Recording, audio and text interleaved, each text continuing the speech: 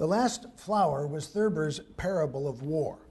War, which he saw then, was starting again and about to devastate the world, once again threatening our entire civilization. Well, parables can be deceptive in their meaning. Sometimes they seem to take one point of view but then disclose another. This parable of Thurber's is like this, seemingly obvious, seemingly moving toward a kind of fairy tale, happy ever after ending, then veering off in a direction that you aren't expecting until it happens, and then you recognize it as, oh, so true. Then at the very end, you're not really sure whether you should be in despair or inspired. Thurber tells this parable in short phrases, each accompanied by a primitive drawing. You're not sure at first that he's serious because the pictures he draws are cartoons. Actually, it's not a long parable, and since it isn't too long and it makes such a good sermon in itself, let me read you the words. Though to fully appreciate it, you'd have to see the drawings he puts with them. It goes like this. World War XII, as everyone knows, brought about the collapse of civilization. Towns, cities, and villages disappeared. All the groves and forests were destroyed, and all the gardens and all the works of art. Men, women, and children became lower than the animals. Discouraged and disillusioned, dogs deserted their fallen masters. Books, paintings, music disappeared from the earth. And human beings just sat around doing nothing. Years and years went by. Even the few generals who were left forgot what that last war had decided. Boys and girls grew up to stare at each other blankly because love had passed from the earth. One day, a young girl who had never seen a flower chanced to come upon the very last one in the world. She told the other human beings that the last flower was dying. The only one who paid attention to her was a young man. And together, the young man and the girl nurtured the flower, and it began to live again. And one day, a bee visited the flower and a hummingbird. And before long, there were 2 flowers, and then a great many. Groves and forests flourished again. The young girl began to take interest in how she looked. The young man discovered that touching the girl was pleasurable. Love was reborn into the world. The children of the young man and the girl grew up strong and healthy. They learned to run and laugh. Dogs came out of their exile. The young man discovered how to build a shelter, and pretty soon everybody was building shelters. Towns, cities, villages sprang up. Song came back into the world. And troubadours and jugglers, tailors and cobblers, painters, poets, sculptors, and soldiers, and lieutenants and captains, and generals and major generals, and liberators. Before long, those who went to live in the valleys wished they had gone to live in the hills, and those who lived in the hills wished they had gone to live in the valleys. The liberators, under the guidance of God, set fire. So presently the world was at war again. This time, the destruction was so complete that nothing at all was left in the world except one man, one woman, and one flower.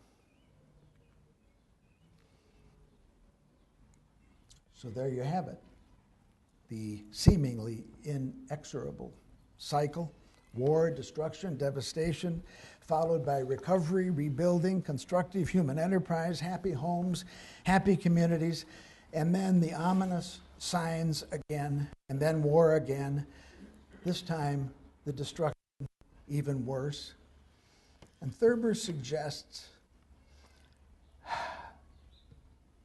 who in our modern world would doubt it, that this war, like every ensuing war, is more threatening of total destruction than the last?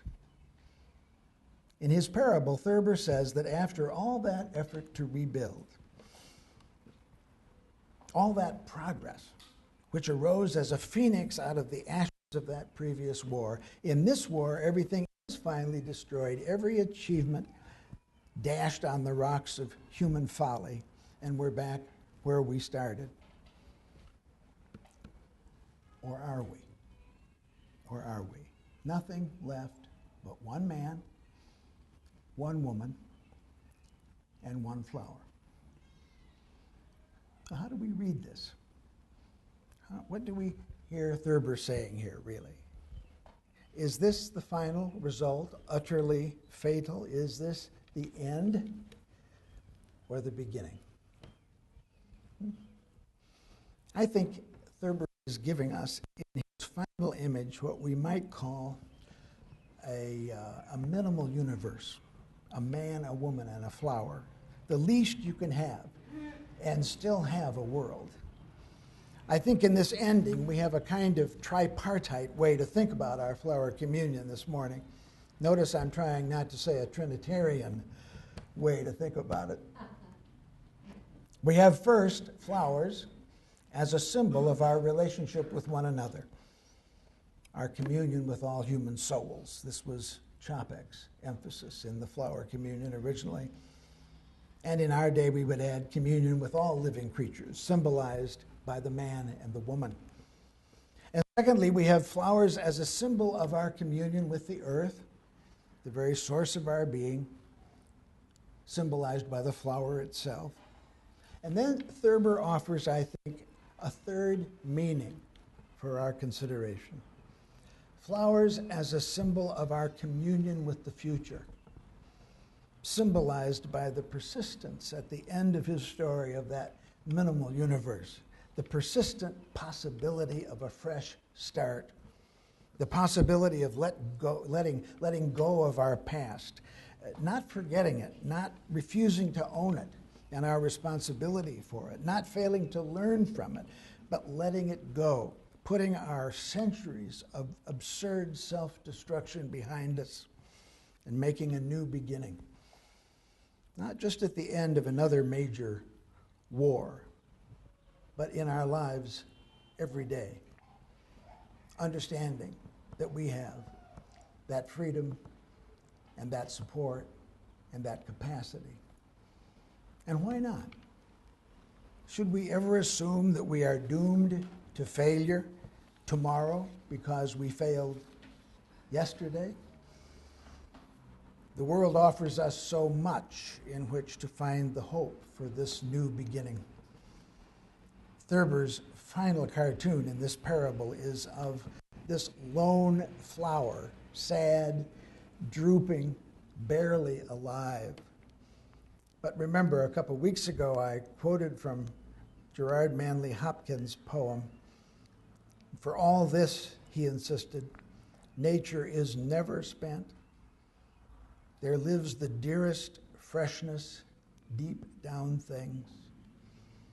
And we know this from experience. We know from experience that the natural energy is there in the earth to revive the flower and to revive our spirits.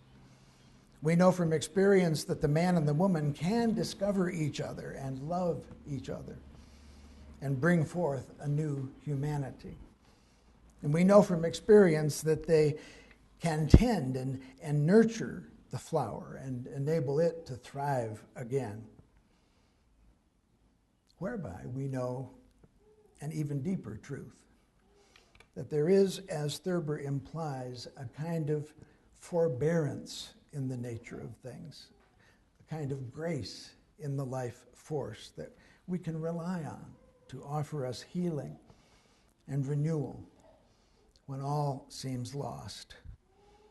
It's a kind of forgiveness, if you will, not in some other world, but within this world we inhabit, this world we know.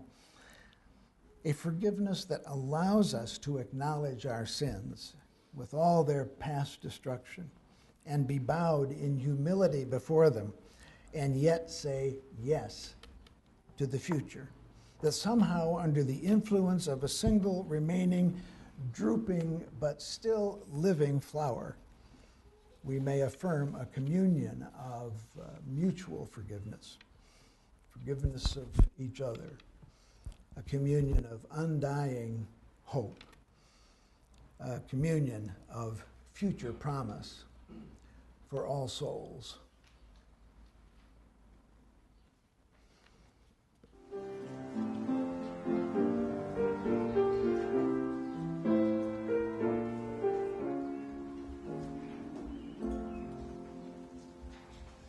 Well, we invoke a blessing on these flowers,